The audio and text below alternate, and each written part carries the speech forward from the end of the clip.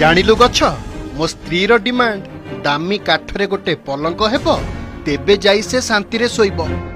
ହେଲେ ଭାଇ ଏ ଖରା ଦିନଟା ଟିକେ ଯାଉ। ଖରା ଦିନ ହେସ୍ ସୂର୍ଯ୍ୟଠାରୁ ତା ତାତି ଭାରି ଅଧିକରେ। ହଁ ଯେ ଏଭଳି ସମୟରେ ପୁଣି କାଠ କେଉଁଠୁ ଆଣିବ? କେଉଁଠୁ ଆଣିବି କଣ କିରେ? ତତେ ଆଉ ବାରିପଟେ କାଇଁ ଲଗାଇଥିଲି କି? ମାନେ କଣ କହୁଛ ତୁମେ? ମୁଁ ବୁଝିପାରୁନି। ତୁ ଆଉ ବେଶୀ ଅବୁଝା ହ ନା। ବହୁ ଆରାମ କଲୁ, ଏଥର ତୋର ସମୟ ଆସିଗଲା।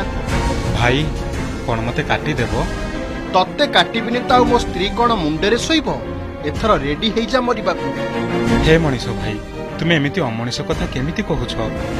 ଏ ଶୁଣ, ନିଜ ଔକାତରେ କଥାବାର୍ତ୍ତା କର। ତୁ ଗଛ ହୋଇ ମଣିଷକୁ ପରାମର୍ଶ ଦେବୁ? ଭାଇରେ, ମତେ ସିନା ନିଜ ସ୍ୱାର୍ଥ ପାଇଁ ମାରିଦେବୁ, ହେଲେ ପରିବେଶର କଥା ଟିକେ ଭାବ ତ। କେତେ ଚଢ଼େଇ ଏଇ ଟାଣ ଖରାରେ ମୋ ଡାଳରେ ବସା ବାନ୍ଧିଛନ୍ତି।